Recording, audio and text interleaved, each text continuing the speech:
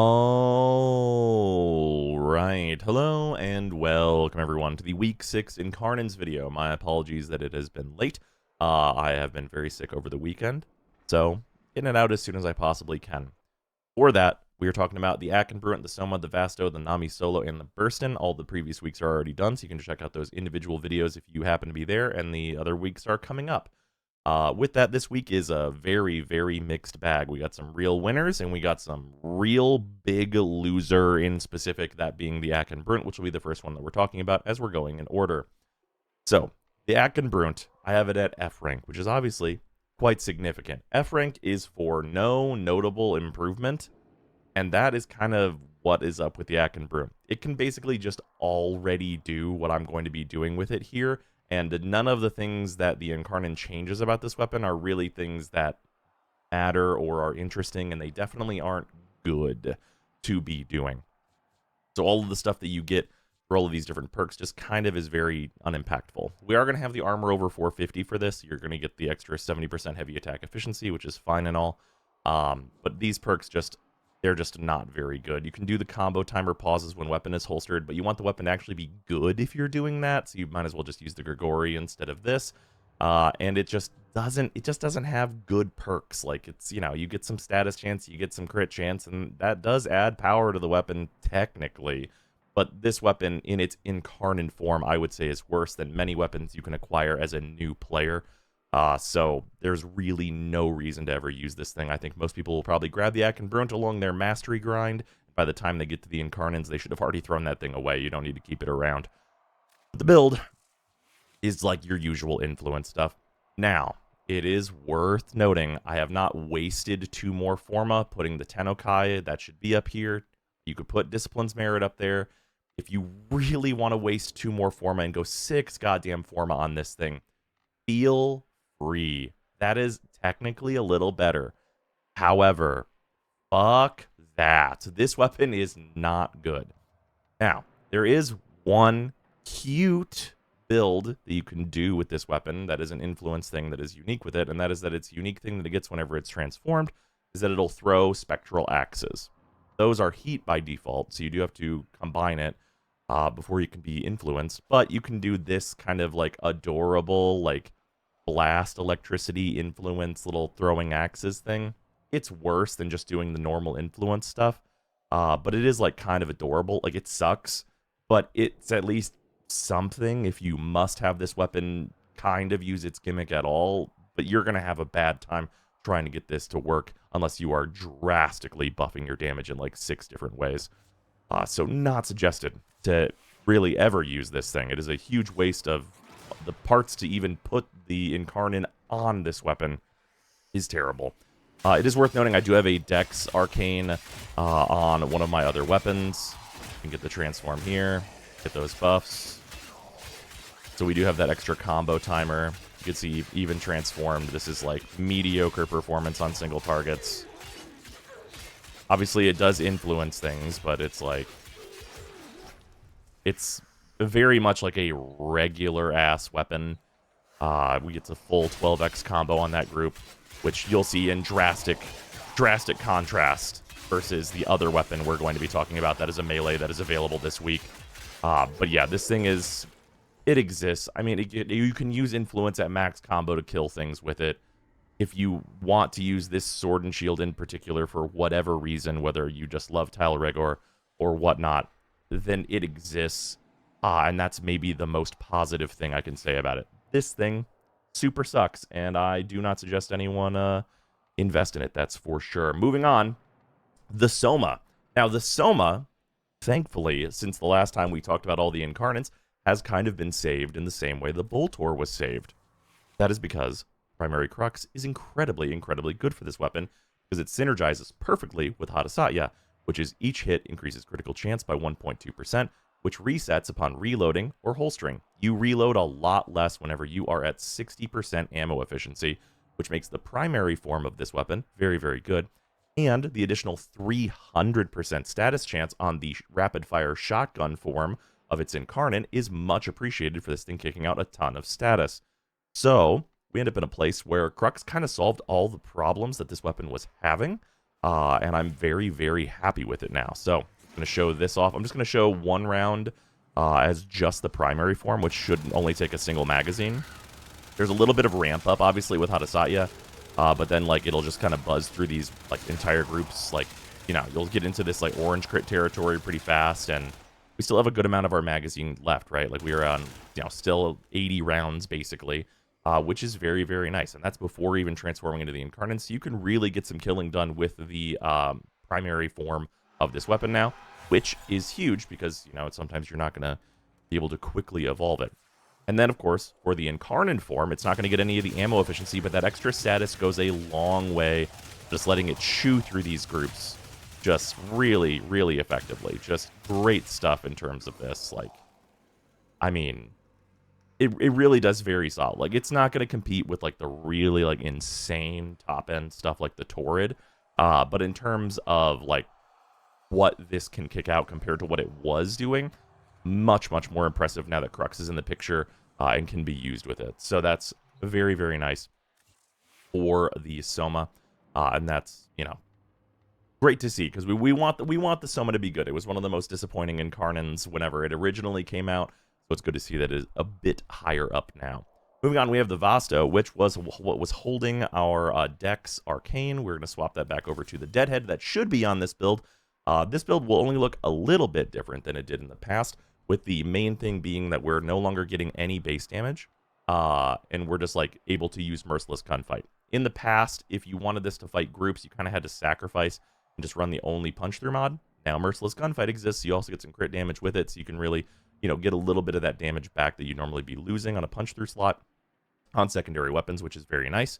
Also, of course, with Steady Hands and Deadhead, we have, like, no recoil, which is ideal for this weapon because it has tremendous recoil. And it is worth noting that this weapon is using Death Trap Trigger, which means you will need to swap, and, like, go to primary, go to secondary to get the most out of it. But it is, like, pretty serviceable, and it charges a lot better with the punch through as well. Of course, that depends on what environment you're fighting in, but pretty good nonetheless. So just, like, in terms of normal fire, not too bad. Pretty decent if you're just, like, shooting guys, especially if you're getting the headshots, right? Part of that is due to Deadhead. You can swap in main form and get some pretty good numbers out of it. Like, really not bad at all, and especially with punch through, goes a long way. For a single target pistol, not too bad. Of course, the Incarnon form is what you're going to want to primarily be using. This is great on hard targets, and it pretty much just eliminates anything that you happen to be looking at. It just will go away, and that is, like, what this weapon is for. Now, you'll note that if we look at the chart here, it is at a B rank. The reason for that is because this is a hyper niche scenario weapon, and it's very useful for those hyper niche scenarios, but those don't come up a lot, and, you know, it really just depends on what you need. If you think this is cool, I think it is very useful, but I think I have to rate it lower because it's just not, like, insane. It's very nice, and it can be used whenever you need it, but, like, the need for it is pretty rare, I would say. So that is kind of what holds the Vasto back, and it does also, like, that, like, pretty particular use with Death Trap is kind of a whole thing. I will say that if you do want to use the lone gun variant of this, it's really not bad. As you saw, the primary fire is pretty good on its own, especially if you're wanting that more, like, I'm just going to get my headshots and just do this stuff. Getting the extra base damage increase here and the base magazine capacity increase here will let you, you know, do a lot with this whenever it's just by itself.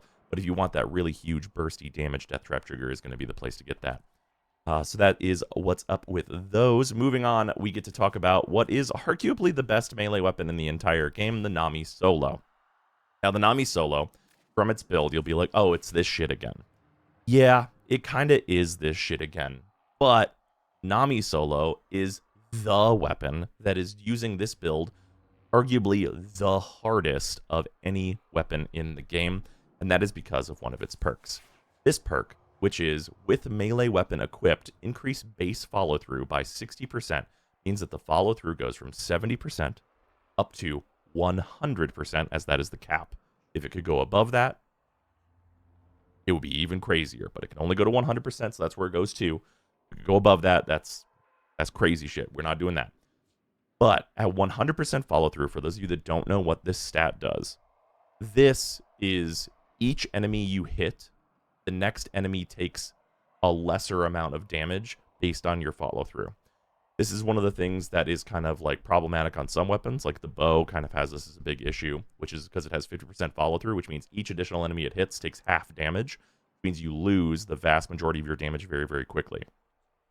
At a 70% follow through, you lose most of your damage after like 2 enemies hit.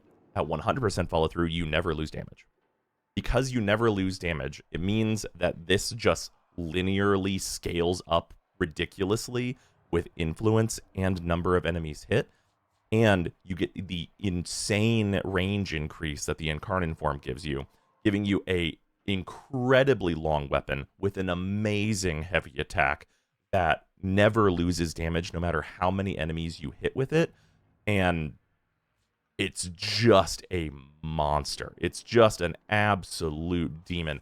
This weapon, in most cases, I don't take it to like low level content. Like if I'm doing a mission that's sub level like 200 steel path, you probably won't get to 6x combo with this thing because the enemies will literally die too fast.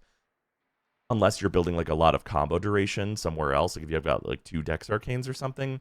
So because this weapon is so strong, it can be hard to build up combo with it. There's an argument for actually like removing Prime Pressure Point and going down to the other electricity mod. So you have less base damage, so you have to swing a little bit more to get more combo to actually get to your evolution faster, because that's just how strong the Nami Solo is. To show that off, this is with no Dex Arcanes, so I am going to lose combo. But oh boy, you're not going to really notice that I have lost combo. Even in its base form, because we still get that follow through, it is like, you know, that we didn't even get enough combo in that to evolve it. Like, to be clear, we did not get enough combo to evolve it there. So where I'm going to have to like kind of force that. I will just use basics. I will not use any of its heavies. We'll see if I can get enough hits to... There we go. Okay. That is all evolved now. So we're in its Incarnon form now. And now I'm going to let the combo run out. We might get to 4x, maybe. Kind of depends. We got to 5x, which is pretty impressive. But yeah. Well, it's impressive on the enemy's part for surviving it that long. This weapon is ridiculous. It is in the argument for best melee weapon in the game. One of the things about this is that it is a running weapon, so if you run with it with speed boosts and stuff, you don't really lose any speed while swinging it, which is huge. And it is, yeah, it's super crazy. Weapon is absolutely ridiculous. 100% follow through is like the dream for any super high range weapon, and this is the one that has it. Finally, we get to talk about the Burston. Also, sorry my voice is so torn up. I just wanted to make sure I get this video out, and it didn't wait. Finally, we're talking about the Burston, though. The Burston also, I have put into S rank. It's a thing where there's an argument that the Burston is a little bit worse than the Nami Solo in this week. And by the time this video like actually goes up, I might actually put it at S-. But the Burston is an incredibly powerful Incarnon. It has a huge amount of Incarnon ammo. It's insanely easy to charge. And it has 2 builds that I think both have merit to be used. One is, of course, your kind of usual stuff. This is stuff that we've been used to in the past. Obviously, HM is out of this build now, as it's out of most builds at this point. But this is kind of your usual stuff. If you're doing like higher level content, this is kind of what I would suggest you take to it. This is going to have like that good heat scaling and all of that excellent business. It is worth noting you can go for Elementalist on this if you'd like to. Elementalist could slot in either over Hellfire or over Thermite rounds, really whichever you'd like to do. And that can be just fine in this build. But I prefer the double heat for like the extra base damage there. Then on the Crux build, of course, you have to run Serration for the base damage, so you drop that Hellfire mod. Of course, you could have this still be the other heat mod if you wanted to, because you are getting a lot of status chance here, but it could really probably go either way. And this build I find to be better for shorter missions. So for shorter missions where like you're maybe not even really going to get into Incarnon mode, if it's like lower level stuff, if you're just like messing around with the Burston, this makes the primary fire a lot more attractive. This one is more focused on the Incarnon form being really, really like excellent. So this is going to be what you're going to bring to like harder content, and this is going to be what you would probably want to bring to like more chill, easy content. We're not really even worried about getting into your Incarnon. if you don't like get enough headshots or whatnot. With that, this weapon's obviously incredible. It's absolutely fantastic. It is, I mean, it's a staple. It's one of like the incredible Incarnons. Like even charging it, like you can see, like its main fire, even in this like less main fire, tilted build, it's like, yeah, I mean, it's ridiculous. It's a buzzsaw. Like this weapon, whenever we got it initially, it's like, oh, this is what we wanted the Soma Incarnon to be. It has an insane amount of Incarnon ammo. It charges really fast, and it just like, you know, it just drills through like tons and tons and tons and tons and tons of enemies, never stopping. Just absolutely ridiculous. Like I have 300 rounds remaining on this thing. Like just absolutely tremendous. Like I used half of it to clear multiple groups there. And of course you can do that even more efficiently depending on how the enemies are lined up. But yeah, that is the Incarnons for this week. Again, sorry they were late. I've been sick. But yeah, that's going to do it for the week 6 Incarnons. Hopefully you have enjoyed this video and that's not too late for you to make your choices and all that good business. But I will see you in the next video. Goodbye. Hey everybody, it's time to thank the patrons that are hanging around and supporting the channel. So, start with that. The $10 patrons are Atheon, Alex Barnum, Arbiter Daydream, Barkus, Benuven, Plotomatic, Brutus Salazar, Candelathra, Blob World, Dylan Dworsky, Athrain, James Harthorne, JC4 Science, Josh, Luzanth, Vicotel, Michta, Nerve, Ruby, Sanyu, Sharp247, The Coupon of Death, Waifu Wars, Wodad01, and Zerafir. Also, thanks, of course, to all of the other patrons for supporting the channel. It is much appreciated. It's a little sneak peek on what we're getting into. There's going to be a lot more of these kind of big re-reviews of weapon types and their new builds and stuff as things changed a lot at the end of last year. And of course, there's also planned new free-to-play before we get into any more big updates. So look forward to that.